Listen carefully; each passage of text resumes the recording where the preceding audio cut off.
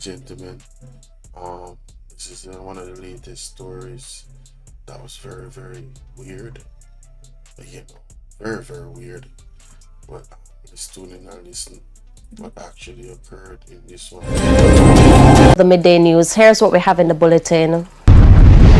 Police constable under investigation following fatal shooting at a hotel in Clarendon. Stakeholders provide support to Brednut Hill Primary School after student and siblings die in fire. And later in sports, South Africa arrives ahead of series against Jamaica Sunshine Girls. Thank you for joining us. I'm Shamila Pullen. Here are the details. A bartender from Paradise in Westmoreland was shot and killed at Versailles Hotel in Maple, Clarendon on Sunday. According to reports, 20-year-old Jimoy Suku was in the room with a policeman when the incident happened. It's understood he provided conflicting accounts on how the woman was killed. At first, he reported that the gun was on the bed and discharged when he turned his back. Later, he stated the gun slipped from his hand, causing an accidental discharge. Red flag. Something not right, my wisdom warriors. Something is not Red right. flag. Tell about them. Red flag, people. Guilty! That nigga is guilty! That is a red flag. Incident is being investigated. That's a red flag. The Brednut Hill Primary School in St. Anne is in mourning. This following the death of... So let me look more into that story because she just touched on it. And here, before I go to that part.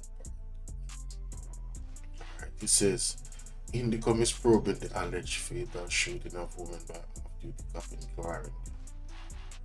I don't know why this photo, what's going on here, but I'm afraid to refresh it. Let me try refreshing it, ladies and gentlemen. It says in the Lord, so about that word. Okay, here we go.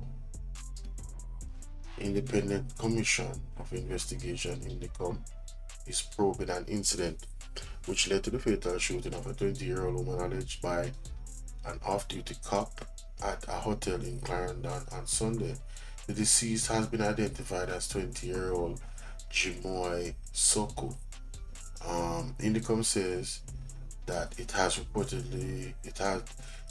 received reports that the police service firearm was discharged, causing the injury and subsequent death of Suku. Indicom says an investigation will seek to ascertain the full circumstances and actions taken which result in the weapon being fired. It says the policeman's gun was recovered and he provided an initial account to the Indicom investigative team.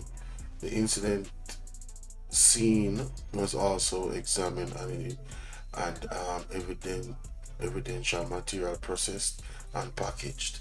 The hands of the deceased as well as that of the policeman were swabbed for gunshot residue. Okay. The lawman was served with a Section 21 notice pursuant to the Defendant Commission of Investigation Act 2010 to submit statement and interview will be scheduled. 8 persons have been fatally shot by members of the security forces since the year has started. Emotional damage! This is definitely a very serious situation which you need to keep an eye on. You know, the gun just went off, and that's one of the things. And the other thing is he left it on the bed. It's just, let's listen back to what the two things that he said that really don't make any sense, right? Incident happened. It's understood he provided conflicting accounts on how the woman was killed. At first, he reported that the gun was on the bed and discharged when he turned his back. Later, he stated the gun slipped from his hand, causing an accidental discharge. The incident is being... The gun slipped from his hand, causing an accidental discharge. It's understood he provided It's understood he provided conflicting accounts on how the woman was killed. At first, he reported that the gun was on the bed and discharged when he turned his back. Later, he stated the gun slipped from his hand, causing an accidental So at one point, him turn him back and the gun go off. Very interesting. discharge. The incident is being investigated. I don't know. I don't tell more anything about that, people. The Breadnut Hill Primary School in St. Anne is in mourning. This following the death of 7-year-old Tashana Mattis on Sunday. She That is the little kids that died in the fire. I tell you. was one of 3 children who died in a fire in Cottage District, Walker's Wood. Her grade 2 classmates are struggling to come to terms with her passing. We used to play a race in grade 1 with Conway and me. Hey, my English. Poor little kids, them emotional trauma. I tell you. And Teshan. And who would win those races? Me. Sometimes she win or sometimes. So you will miss her? You will miss her. But guess what? The good thing is that you have those beautiful memories to remember and to hold on dearly to. Representatives from the Ministry of Education, parents and well-wishers came to the school to offer support to the school family. We spoke with Chairman of the school's board, Reverend Gary Johnson. It is mixed. We have You know, I hope that this emotional support that is being given to the children is not a PR. I hope that these children are given these, counseling for some months to come. I hope that this is not a 9-day wonder. I really do. I'm not saying it is, but I hope it's not. Again, something else we need to keep an eye on. Let me look at the articles and check this story. Heartbreaking sentence. 3 children perished in a house fire. They were haunting words of a grieving Odin Mattis, who struggled to process the unimaginable loss of 3 of his children in the tragic house fire. The blaze claimed the lives of 2 daughters, Tashana Mattis, 7, Tashani Mattis, 4, and their brother, 2-year-old, Tavana Mattis.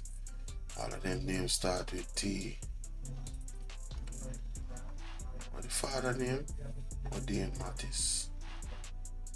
Only his 5-year-old son survived, pulled from the flame by his grandmother. Jesus.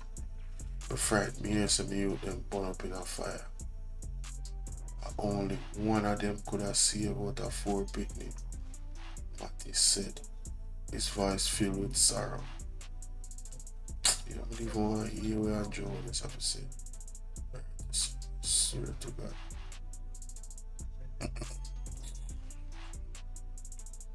No one hear not what I'm have to say. Not at all, brother.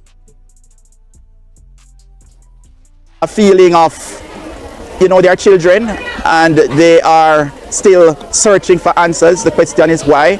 But as the chairman, as the representative from the ministry observed, and which I have observed, there is a sense of hope from these children in spite of this great loss and this great disaster and tragedy. There seems to be a thing that God is really working on in these children, and that a spirit of hope is within them. Yo, I hope that this man is truly a man of God. Being around these kids and an influence. I really hope so, because they need it. They really need it. This is very, very sad, yo. I'm telling you. It's kind of getting a little bit overwhelming in Jamaica with all of the crime, the kids, the incidents. Yo, Kingston story, trust me, Virgin, me not even want. And I believe that the counsel that they will receive, it will even serve to make them even better. In the meantime, attorney at law and comment. Yeah, so that's the situation with both those stories. I'm keeping it short with these reactions today, to the point what is actually going on, so everybody can follow with the stories. All right, let me know what you think in the comment section. All right, guys.